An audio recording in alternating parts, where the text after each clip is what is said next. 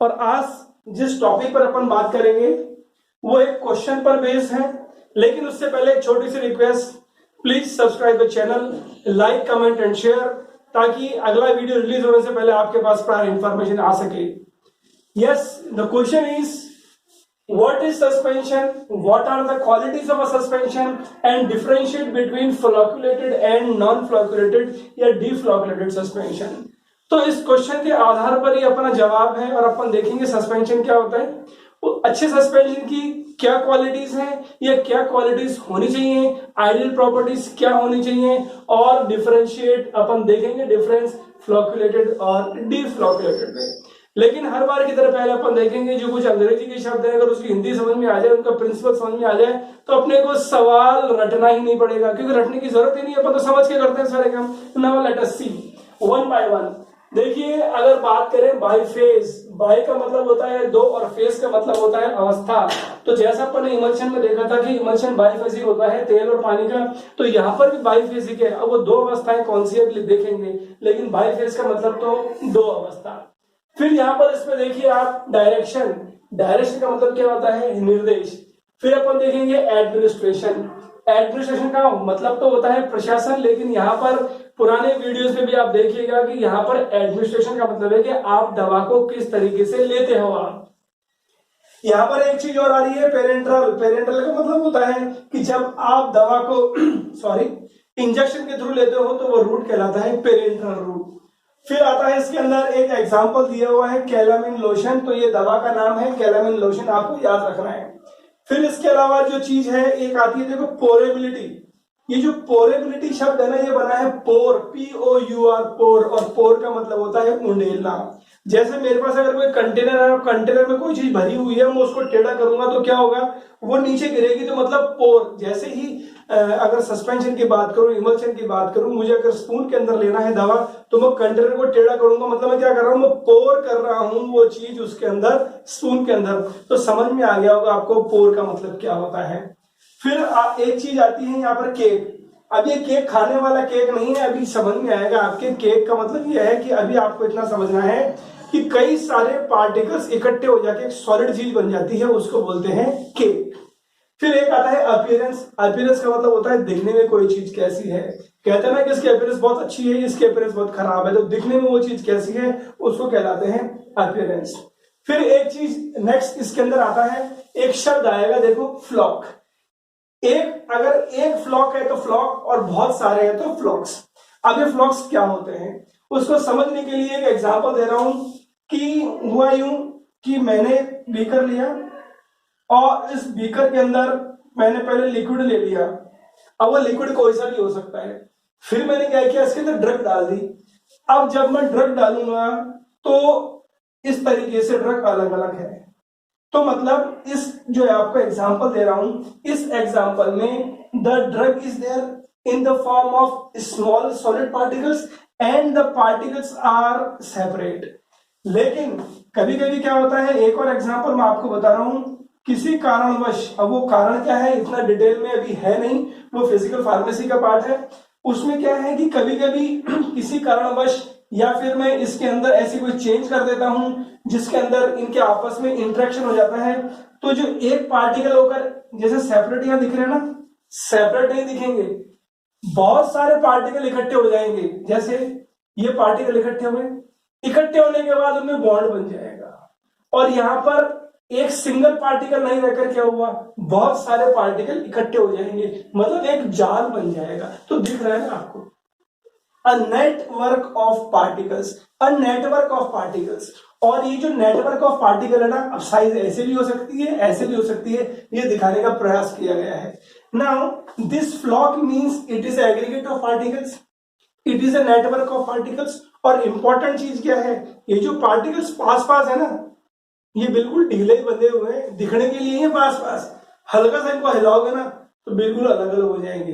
कहने का मतलब अगर पार्टिकल मैंने इसमें रखे, यहाँ पर फ्लॉक बन गए, और उस फ्लॉक के अगर मैं हल्का सा भी झटका लगाऊंगा ना, तो सारे पार्टिकल कैसे हो जाएंगे, ऐसे कैसे हो जाएंगे। तो समझ में आ गया होगा आपको फ्लॉक का क्या मतलब होता है।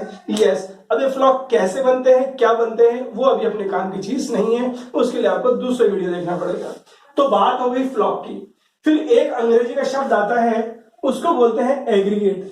एग्रीगेट का मतलब होता है इकट्ठा होना। अगला अंग्रेजी का शब्द आता है सेडिमेंटेशन। सेडिमेंटेशन का मतलब होता है नीचे जमना किसी भी चीज का। जैसे मैंने कंटेनर ले लिया, इस कंटेनर में कोई भी अगर मैंने सॉलिड चीज रख दी तो नीचे जमना स्टार्ट हो जाएगी। तो मतलब क्या हो रहा है, वो सेडिमेंटेशन हो रहा है। भैया बीकर के अंदर या कंटेनर के अंदर अगर मैं चीनी रख दूंगा ना, चीनी को छोड़ दूंगा, हिलाऊंगा नहीं, तो क्या होगा, चीनी नीचे जमना स्टार्ट हो जाएगी।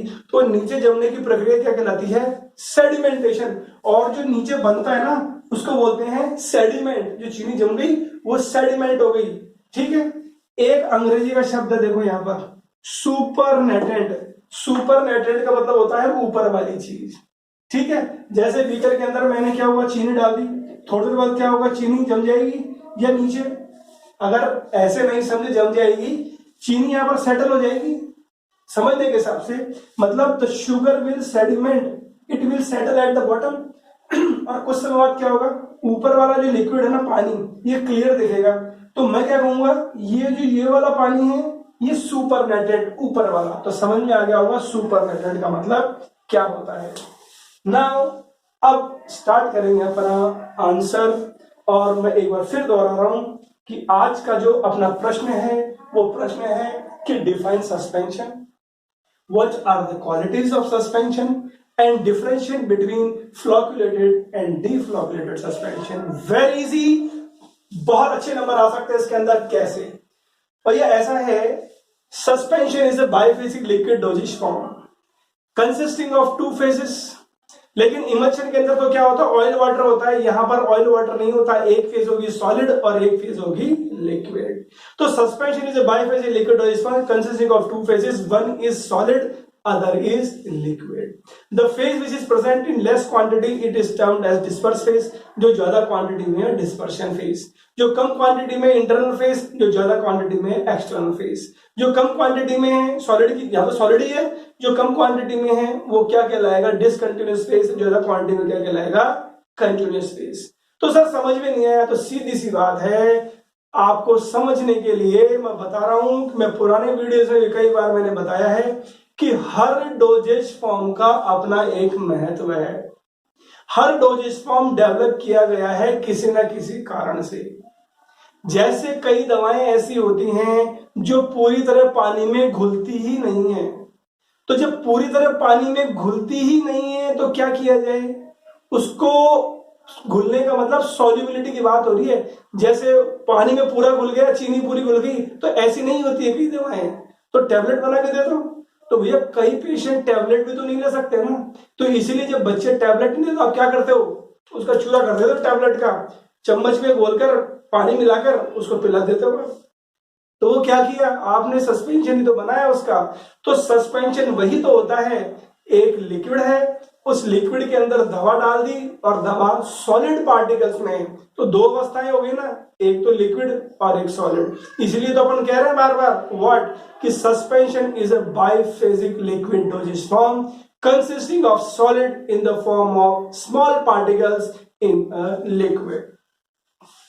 तो suspension is a biphasic liquid dosage form consisting of solid and liquid. Solid को कहते हैं डिस्पर्स फेज, लिक्विड को कहते हैं डिस्पर्शन फेज। और जो पार्टिकल साइज होगी सस्पेंशन के अंदर सॉलिड की, वो होगी 0.5 से 5 माइक्रोन तक। तो ये तो बात हुई डेफिनेशन की।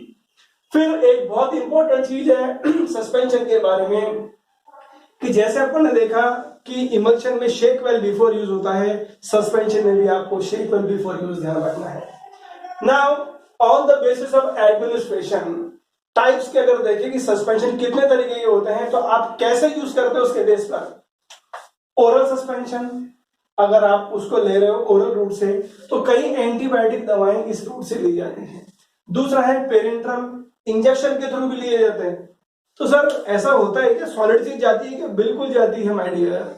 कई ड्रग्स होती हैं उनको बहुत फाइन पार्टिकल साइज किया जाता है और इंजेक्शन के थ्रू दिया जाता है। उनकी साइज इतनी छोटी होती है कि वो सिरिंज के थ्रू भी आराम से एंटर हो सकती हैं, अंदर बाहर हो सकती हैं।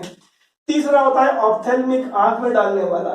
यहाँ पर भी पार्टिकल साइज बहुत इंपॉर्टेंट है, बहुत फाइन पार्टिकल साइज होने चाहिए।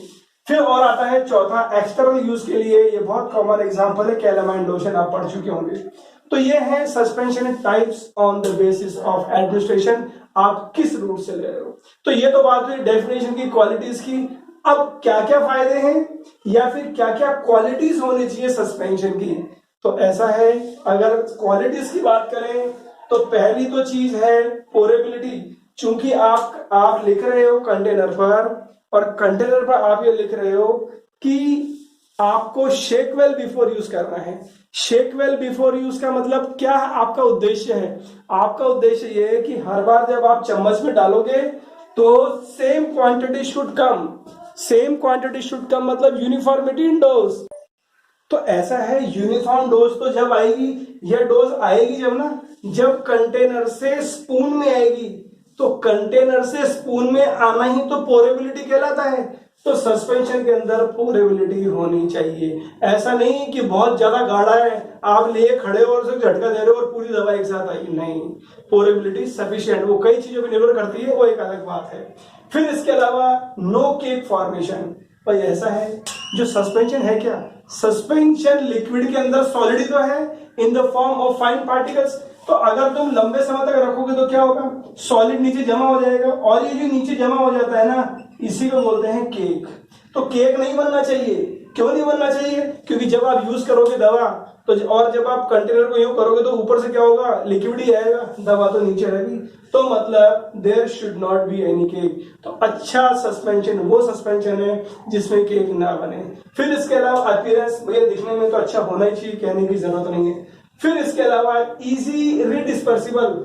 चलो ठीक है, ये अपने कंट्रोल में नहीं है कि अगर अपन किसी भी चीज को रखेंगे तो ड्यू टू ग्रेविटी चीज नीचे जमा होना स्टार्ट हो ही जाएगी या जमा होगी सही। चलो जम भी गई, लेकिन जो डायरेक्शन दिया हुआ है शेक वेल बिफोर यूज, इसको हिलाते क्या होना चाहिए, सारे पार्टिकल पूरे हो जाने चाहिए, फैल जाने चाहिए। तो फैलने से क्या होगा, जब भी मैं हर बार लूंगा चम्मच के अंदर बराबर मात्रा की डोज आएगी, मतलब यूनिफॉर्मिटी ऑफ डोज। तो ये क्वालिटीज होनी चाहिए किसके अंदर, सस्पेंशन के अंदर। ठीक है, अब बात करते हैं अपना क्वेश्चन का अगला पार्ट या आंसर है अपना, difference between flocculated and deflocculated suspension. उसको समझने के लिए एक छोटा सा उदाहरण पहले अपने को समझना पड़ेगा। भाई ये कंटेनर है, दो कंटेनर, आप समझ लो ये मेजरिंग सिलेंडर है।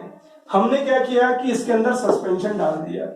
अब ये जो सस्पेंशन है, एक तो है फ्लॉक्यूलेटेड और एक है डीफ्लॉक्यूलेटेड। सर ये शब्द आ कहां से गया, तो होता क्या है कि सस्पेंशन को अलग अलग तरीके से क्लासिफाई किया गया है।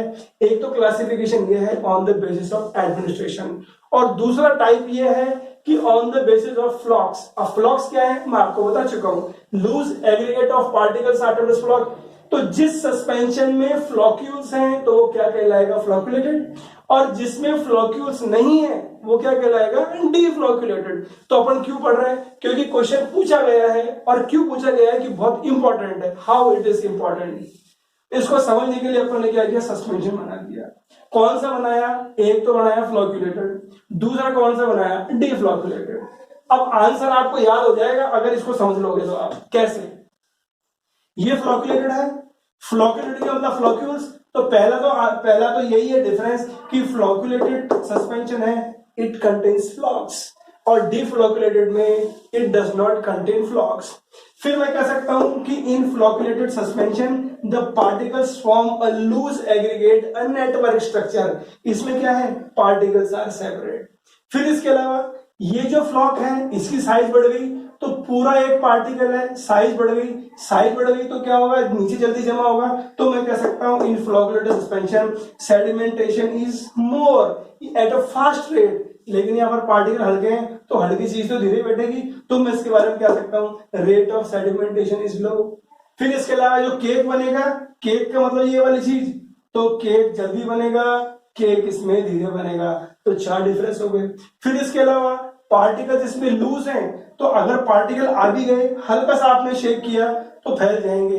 तो मींस द सेडिमेंट बनता तो है, फास्ट तो बनता है, लेकिन दे आर इजी टू रिडिस्पर्स। हल्का सा जेंटल शेकिंग में पार्टिकल हो जाएंगे, पार्टिकल रिडिस्पर्स हो जाएंगे। इसके अंदर हालांकि होता तो कम रेट पे है, लेकिन ये जो सेडिमेंट है, ये देखो आप, ये तो लूज है, ये हार्ड है, it is very difficult to disperse. ठीक है, तो मैं क्या कह सकता हूं कि ये जो केक है ये केक लूज बन रहा है, लेकिन ये केक क्या बन रहा है, ये केक हार्ड बन रहा है। ठीक है, तो ये मेन 6-7 डिफरेंस है। फिर इसके अलावा देखो, अगर ये फ्लोक्यूल्स बन गए और इसको कंपेयर करूं तो ऊपर वाला जो है जिसको बोलते हैं सुपरनेटेड, ये क्लियर दिख रहा है, लेकिन ये क्लियर नहीं दिख रहा, ये धुंधला दिख रहा है। तो ये, फिर इसके अलावा ये जो चीज है ये बिल्कुल चिपके रहते हैं कंटेनर्स पे, लेकिन ये पार्टिकल्स चिपके नहीं रहते हैं। तो दिख रहा है आपको डायग्राम से 7-8 डिफरेंस तो यही याद हो गए, और एक रह गया वो देख लेंगे अपन, तो रटने की तो जरूरत ही नहीं है। तो अपन देखते हैं इस टेबल के according, we will see. This is the table which shows the difference between flocculated and deflocculated suspension. In flocculated suspension, flocks are there. In deflocculated suspension, no flocks are there. Flocculated suspension means loose aggregate of particles, loose aggregate of particles. In deflocculated, particles separate, तो particles separate है। Rate of sedimentation is high, बिल्कुल high है, क्योंकि जब हर particle बड़ा जैसे लगेगा, इसके अंदर क्या होगा आपका स्लो सेडिमेंटेशन, मतलब धीरे धीरे पार्टिकल जाएंगे। तो जो केक बनेगा या सेडिमेंट बनेगा फास्ट बनेगा, लेकिन यहाँ पर स्लो बनेगा। फिर ये जो बनेंगे क्योंकि लूज है, हल्का सा आप रिडिस्पर्स करोगे तो हो जाएगा, तो easy redispersible, it is very difficult to redisperse. ये जो केक बनेगा ना, इट इज लूजली पैक, मतलब सॉफ्ट केक। ये जो केक समझ रहे हो ना, केक का मतलब ये है कि ये जो ड्रग नीचे जाके जमा हो रही है ना, ये इसी को बोलते हैं केक। तो इस केस के अंदर तो क्या होगा, आपका सॉफ्ट केक बनेगा, इसके अंदर हार्ड केक बनेगा। तो सॉफ्ट है इसलिए तो आपने हल्का सा हिलाया और पूरा डिस्पर्स हो गया, ठीक है। सुपरनेटेड इसमें क्लियर है, इसमें क्लियर नहीं है। जो floccules stick to the container, floccules बिल्कुल दीवार के चिपकते हैं, ऐसा नहीं है। The particles do not stick to the container. फिर इसके अलावा अपीयरेंस इज नॉट गुड, ये अच्छा नहीं लगता, लेकिन सारा एक जैसा लगता है, इसमें लगता है ये अलग और ये अलग है, तो इसकी अपीयरेंस अच्छी नहीं है। अपीयरेंस इसकी अच्छी है, डिफ्लोक्युलेटेड भी। ये ज्यादा स्टेबल होता है, ये कम स्टेबल है, हालांकि इतना एक्सेप्टेबल नहीं है, लेकिन अपन इसको लिख सकते हैं। So this is the difference between flocculated and deflocculated. सीधी सी बात, अगर पार्टिकल साइज बड़ी होगी तो ऑब्वियस है, पार्टिकल साइज बड़ी है तो ग्रेविटी फोर्स ज्यादा है, तो ग्रेविटी का फोर्स ज्यादा तो रेट ऑफ सेडिमेंटेशन भी ज्यादा होगा। तो ये अपन ने क्वेश्चन किया है, उसका आंसर किया है। एक बार वापस समराइज करता हूं। अपन ने देखा सस्पेंशन क्या होता है, उसकी क्वालिटीज क्या होती हैं, और इसके अलावा अपन ने देखा difference between flocculated and deflocculated suspension. जल्दी बोलेंगे, please don't forget to subscribe the channel, like, comment and share. Best of luck.